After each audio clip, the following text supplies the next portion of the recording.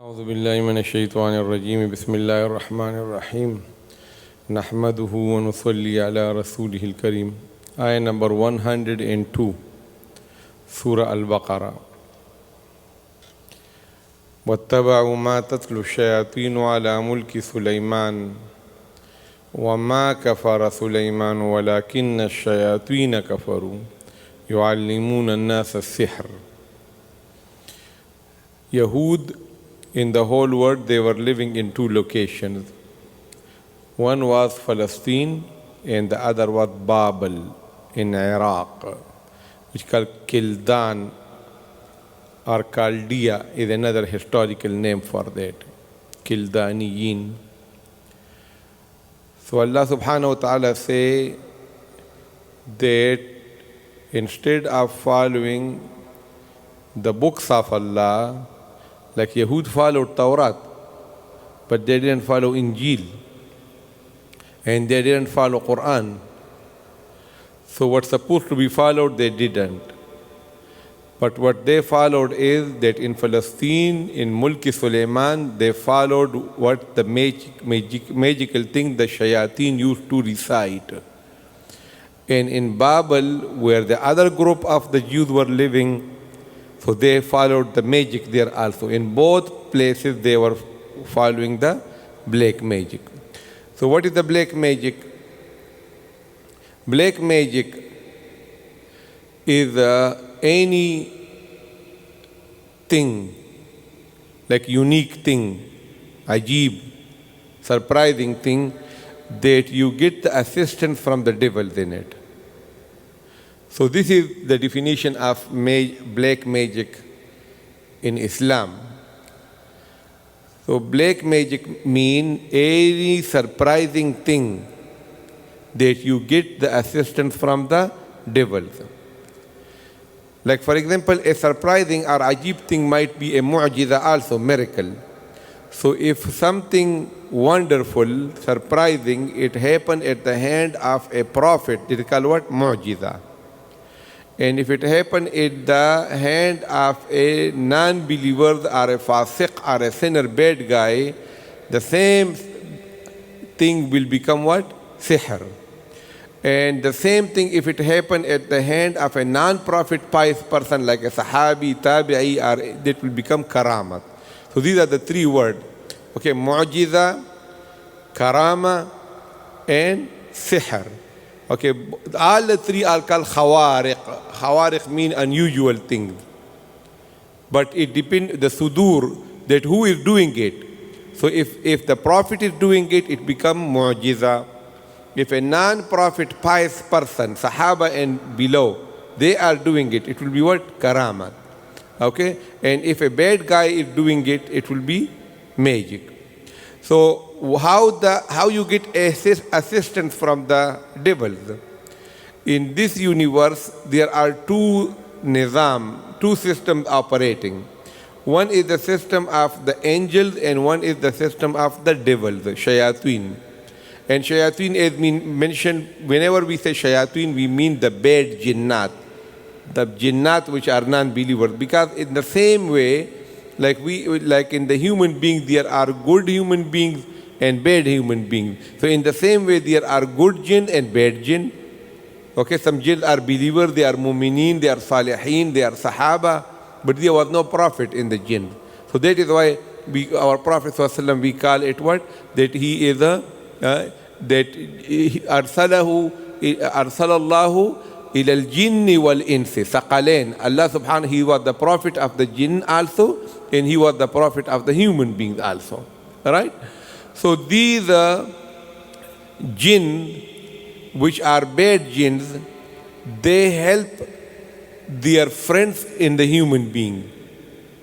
Okay? And the angels, they help their friends in the human beings. So suppose a person is very pious and he do the things that the angels like it. Like for example, what the angels like? The angels like tahara, to be clean. They like perfume. They like zikrullah, the zikr of Allah, the recitation of the Quran. They come and surround you. Majalis zikr, istighfar, tawbah. These are the marghubat. the beloved things of the angels, so you will develop friendship with the angels. So you will not even know, but the angels will be performing your tasks. Okay? So when you are supposed to be in a bad accident on a highway, but the angels will come and they will save you. Okay? There will be something which is about to break for you, a bad thing happened, but the angels will come, they will repair that damage for you. So the angels, the malaika, they are in your service, whether you know it or you don't know it, because you are doing the actions which attract the angels, which are, okay, which the angels like. So this is the angel system. Opposite to that, if you do the things that the shayateen like, so it will attract the shayateen. Like for example, opposite to tahara, you are all the time you are in najas. Okay, so you are junub, you're supposed to take mandatory shower, but you stay for months and year in junaba. Okay, you don't take shower, and bad smell is coming from you. Okay, that nobody can breathe next to you. Okay, and you lie and you backbite and you are always harmful to the human being. You know, like a scorpion or a snake, all the time looking for some shar. So you become the friend of the shayateen. Okay, of the shayateen. So they help you in certain ways. And extreme dirty and bad things you do, like for example, a person, he kills somebody, he take the blood, he use that blood as an ink, write certain things, then shayateen become very happy, and then they help, that called black magic. Okay, so black magic is an unusual thing which is assisted by the shayateen, that called black magic. So most of the black magic, it make a person kafir, but some of the light things, it make like the minimum black magic is a major sin. It is what? A major sin. And the highest one is what? It is kufr. So if there is a black magic, is there a white magic also? No white magic, we don't use that word, but the regular magic is like, for example, a person is just expert and he don't get the assistance from the devil, from the shayateen, but he just impress the children or make like a kind of scenes, things like that in the festivals and things like that. So that will be like the regular magic, which is on occasion might be mubah, it might be permissible. So magic, which is like not white magic, and black magic. What we are calling about is what? The black magic. So this is the short reality of the black magic. What is that? That assisted unusual things by the shayateen, because of the person who is doing the black magic, he is assisted, he is beloved in the eyes of the shayateen, this black magic. So ما تتلو الشياطين على ملك سليمان, in Palestine also this black magic was very common. Now in Babel, as we mentioned yesterday, which was in Iraq, 60 miles south of Baghdad, on the bank of the river of Furat, there was a ancient old city, historical, called Babel or Kildan. Okay, in that there was black magic was booming, and there was so much black magic there that Allah subhanahu wa ta'ala wanted to fix that. So Allah subhanahu wa ta'ala wanted to fix that black magic thing which was in Babel in Iraq, and Yahud were operating it. So Allah subhanahu wa ta'ala, he sent two angels there in the city of Babel. Okay, the one angel name was Harut and the other angel name was Marut.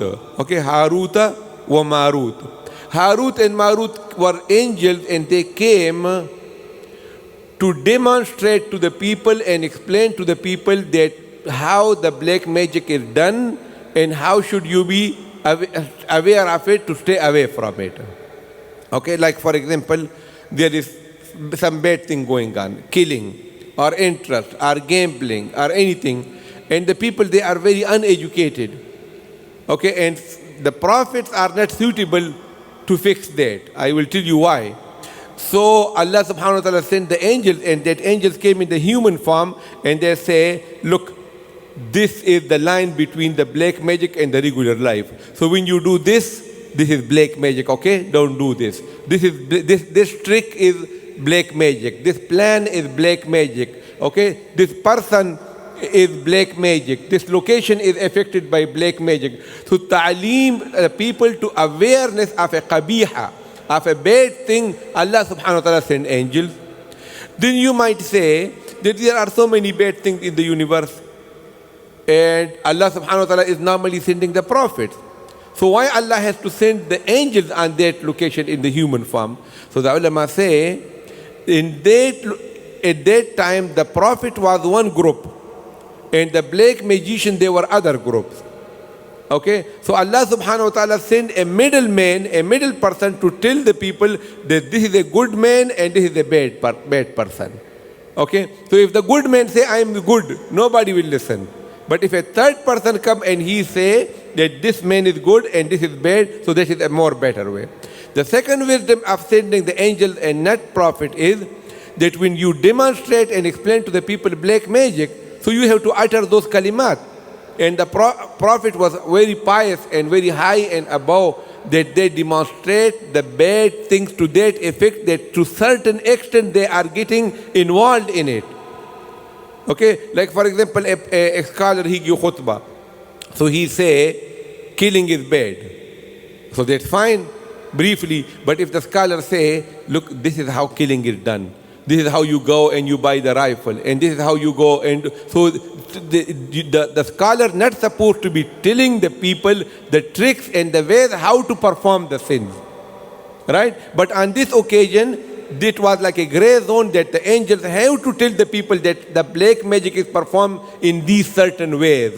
And the prophets were not suitable for that. So that is why Allah subhanahu wa ta'ala sent the angels. Okay? To make the long story short, in Babel, what was that at that time, what was very famous? Black magic. Allah subhanahu wa ta'ala want to tell the people that how the black magic is done and how bad it is and how to stay away from it. Instead of sending the prophets, Allah sent two angels, Harut and Marut. Harut and Marut came, they sit in Babel, the people come and they were learning magic from them. But before they enroll anybody to tell them anything, they will say, إِنَّمَا نَحْنُ فِتْنَةٌ فَلَا تَكْفُرْ. We are fitna, we are trial. And whatever you are learning from us, you are learning from us what? To stay away from the thing, not to do it. So what the Jewish people did, they learned the tricks of to do the bad thing. Instead of using it for good cause, they start using it for bad cause. And particularly they learned the most dangerous thing from those angels, how to separate the husband from the wife. Okay, why? Because the whole community, their integrity is depend on the good relationship between the husband and the wife. So if you bring division between the husband and the wife, the children are gone, the two tribes, they become enemy, the two villages and the town become a big disturbance can be done. So that is why in particular they learn the thing from the angel which were bring division between the husband and the wife, right? So look at the ayah. Allah subhanahu wa ta'ala say, وَاتَّبَعُوا مَا تَتْلُو الشَّيَاطِينُ عَلَى مُلْكِ سُلَيْمَانَ. The Jewish people obeyed, they followed what the shayateen used to recite in the kingdom of Sulaiman in Palestine. وَمَا كَفَرَ سُلَيْمَانُ وَلَكِنَّ الشَّيَاطِينَ كَفَرُوا. Sulaiman never did the kufr, but this was the shayateen who did the kufr. يُعَلِّمُونَ النَّاسَ السِّحْرَ. The shayateen, the devil used to teach the people the magic. Okay, this story is finished here. This was Palestine part of the Jewish. Now, وَاتَّبَعُوا, you put here again. وَاتَّبَعُوا مَا أُنزِلَ عَلَى الْمَلَكَيْنِ بِبَابِلَ هَارُوتَ وَمَارُوتَ. And they also obeyed مَا أُنزِلَ, what was sent down, على الملكين, and two angels, ببابل, in the city of Babel in Iraq, Harut wa Marut. One was Harut, one was Marut. وما يعلمان من أحد حتى يقولا إنما نحن فتنة فلا تكفر. وما يعلمان, these two angels will not teach the black magic tricks to anybody, من أحد, حتى, until and unless, يقولا, they both will explain and they will say, إنما نحن فتنة, indeed we are nobody but fitna, a trial, a test. Why? if you pass the test. How you pass the test? You learn from us the tricks of the black magic and you stay away from it. But if you learn from it to do it and exercise it, you fail the test. فإنما نحن فتنة فلا تكفر. Don't become kafir. Why? Because certain levels of the black magic will make a person what? Kafir. So that is why they say فلا تكفر. Don't become kafir by exercising those practices of the black magic. فيتعلمون. So they learn منهما, from those two angels, ما يفرقون به, what will bring farq and division through it, بين المرء, between a man, وزوجه, and his wife. Okay, so look, zawj in Arabic is spouse.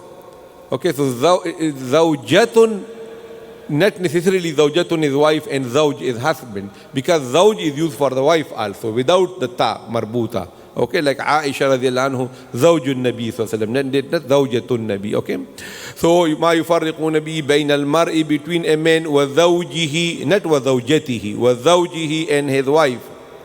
وما هم بضارين به من أحد إلا بإذن الله. And dwar mean the one who give dwarar, harm. And they were not going to harm through the black magic, bihi, through the black magic. من أحد, anybody, إلا بإذن الله, except with the permission of Allah. So black magic is any harmful thing in the universe, like any other harmful thing. Like for example, a knife will cut, okay, and a bullet will kill with the permission of Allah. The ta'seer in the good and the bad things is from Allah. So black magic is not independent of Allah. That black magic has to be successful and it has to harm. Sometimes Allah will remove the ta'seer and the effect from it. Like fire burns, but Allah will make it not burn. Okay, so وَمَا هُمْ بِضَارِّينَ بِهِ مِنْ أَحَدٍ إِلَّا بِإِذْنِ اللَّهِ. They could not harm anybody through the black magic except with the permission of Allah. With black magic also is the makhluk of Allah. It is not independent of the control of Allah. وَيَتَعَلَّمُونَ, and they learn مَا يَضُرُّهُمْ, what harm them, وَلَا يَنْفَعُهُمْ, and which will not benefit them. وَلَقَدْ عَلِمُوا, and they knew, لَمَنِ اشْتَرَاهُ, the one who purchased this thing, black magic, at the cost of iman. Okay, لَمَنِ اشْتَرَاهُ, the one who purchased this, مَا لَهُ فِي الْآخِرَةِ مِنْ خَلَاقٍ. Ma lahu, he will have not, fil akhirati, in the hereafter, min khalaq, any share. Wala bi'sa, bad was, ma, what sharaw bihi anfusahum, that they sold with their souls with it. Okay, law kanu ya'lamun, if they will know. Okay, so the ulama make a point here. Allah say, walaqad alimu, and then Allah say, law kanu ya'lamun. So Allah say, وَلَقَدْ عَلِمُوا, it was in their knowledge. They were knowledgeable. And then Allah say, if they had the knowledge. So Allah, what that mean? That you might have a lot of knowledge, but that knowledge is not beneficial. It is not useful to come close to Allah. Okay, so ilm nafi'. That is why we say, oh Allah, give us ilm. Which ilm? Ilm nafi'. So Allah say, وَلَقَدْ عَلِمُوا. Allah say, they had the ilm. And then say, Allah say, وَلَوْ كَانُوا يَعْلَمُونَ, if they had the ilm. Okay, which means the ilm that they had was no good, right? Okay, wa akhir da'wana alhamdulillah.